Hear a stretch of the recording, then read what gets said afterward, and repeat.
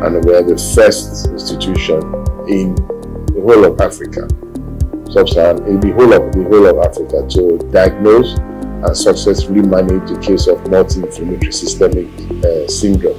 Actually, in ophthalmology, for instance, we are the first hospital in West Africa and even beyond to perform intraocular muscle transplants.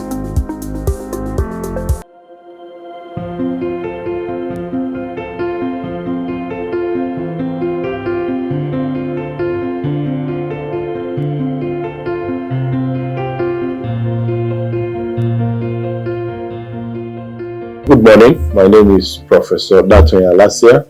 I'm Professor of Internal Medicine and a consultant physician, and I'm currently the chairman of the Medical Advisory Committee in the University of Harcourt Teaching Hospital.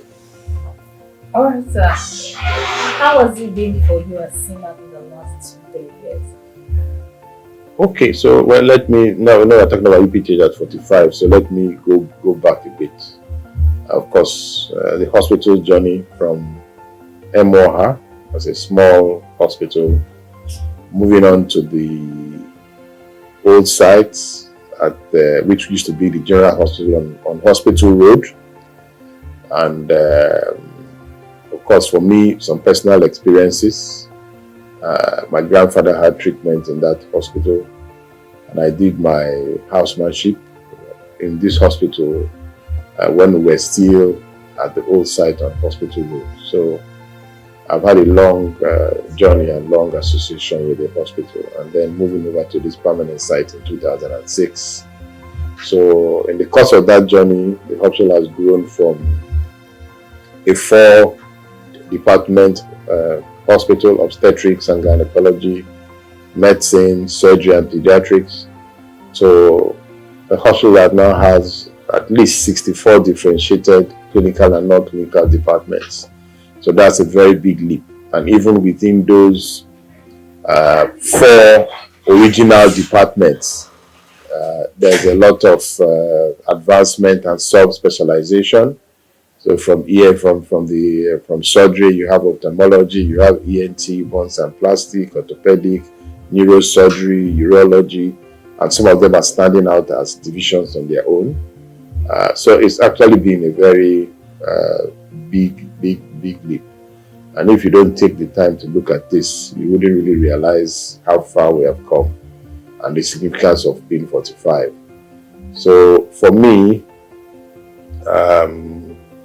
currently working as the chairman of the Medical Advisory Committee, and also having the responsibility to oversee the progress of clinical services, research and training.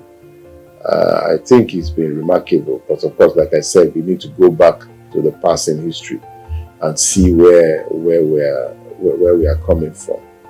So I think currently we have all our clinical training departments having accreditation. So at least well over 25 clinical training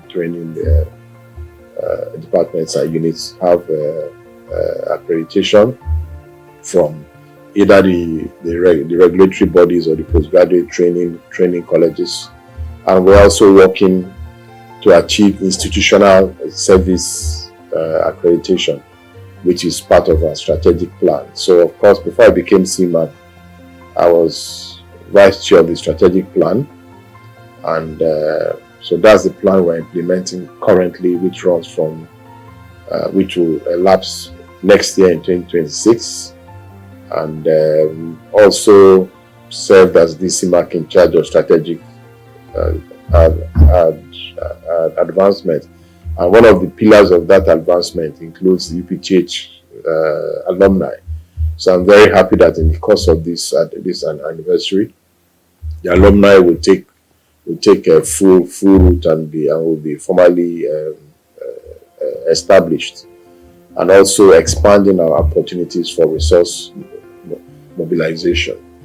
And indeed, we have grown, like I said, from just that 4 departments to a multi-specialty tertiary hospital.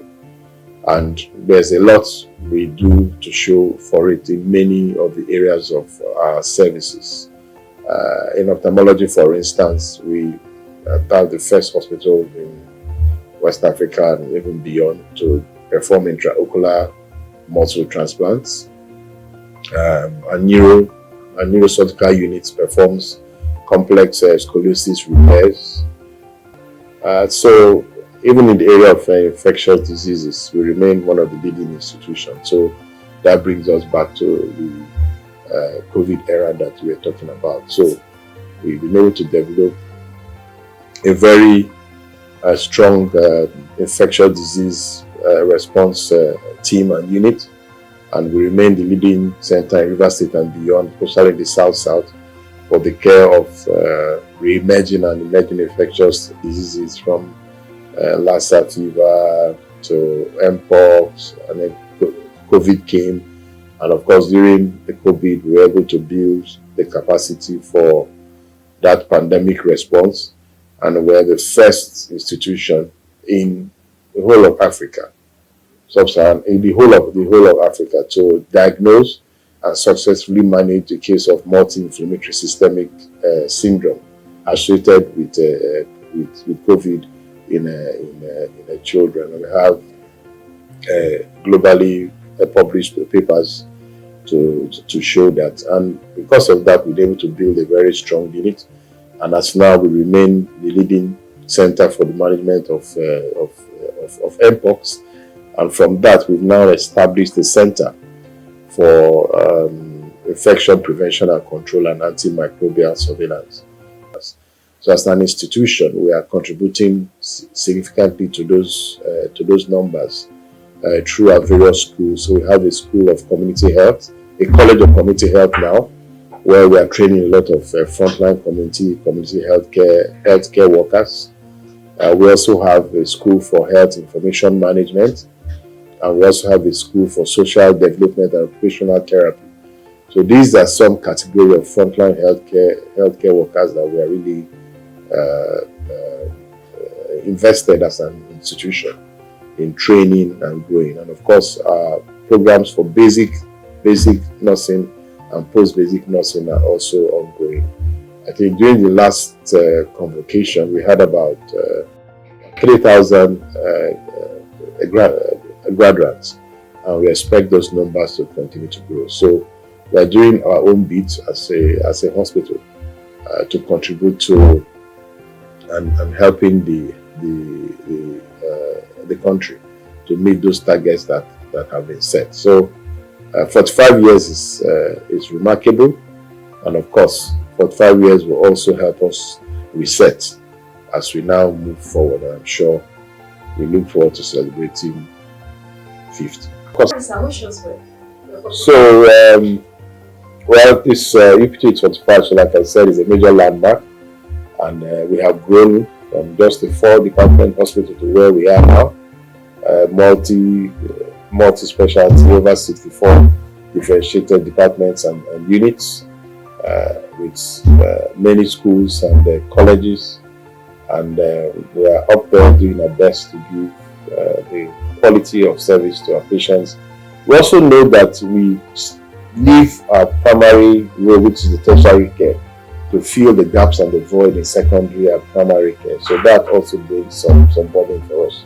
But we are carrying it with grace, and I wish UPTH memorable 45th anniversary.